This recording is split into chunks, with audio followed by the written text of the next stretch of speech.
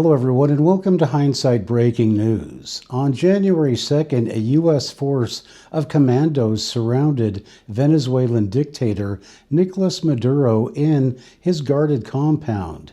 They gave him the choice of surrendering to them and facing American justice under the direction of U.S. Attorney General Pam Bondi, or being shot attempting to resist. After hearing the name Bondi, which in Spanish means no convictions, Maduro threw up his hands and gave up, saying, "Keep my chimichangas warm. I'll be back next week." President Donald Trump accuses the former president, Nicolas Maduro, of stealing the elections and resulting in him being named the president of Venezuela.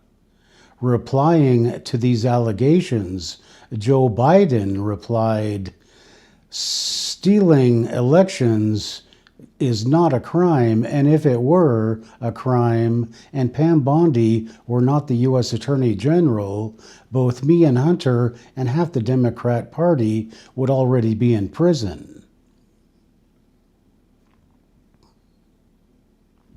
Meanwhile, in Washington state, gas prices are reaching $5 a gallon and show no signs of slowing.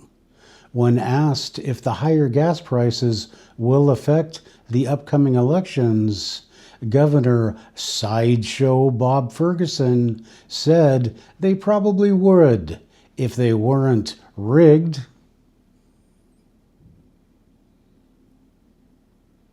Also in Washington state, over $1.8 billion in fraud has been uncovered in King County alone.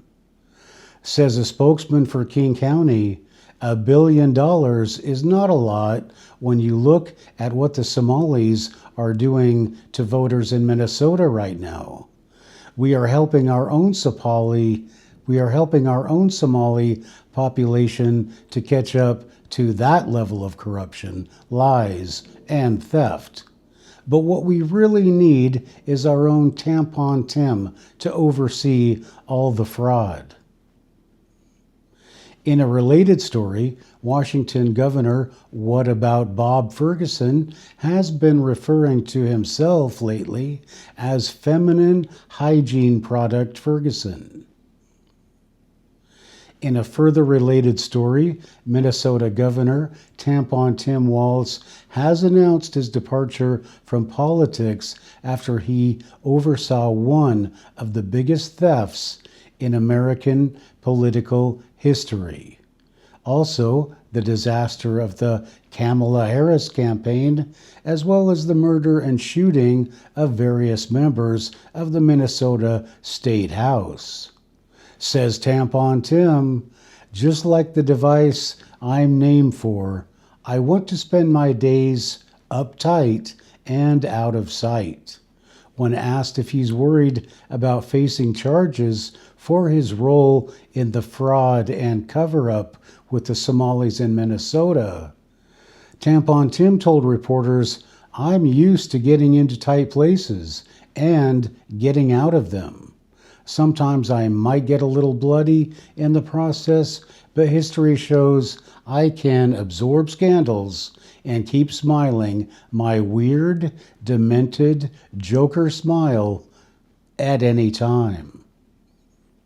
That's Hindsight Breaking News for today.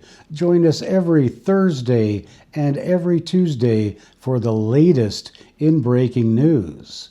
Now, before we go, please like and subscribe to the channel to defeat the evil censorship algorithm at YouTube. I'm Huckleberry Finn, and we'll see you next time. Meanwhile, keep making news.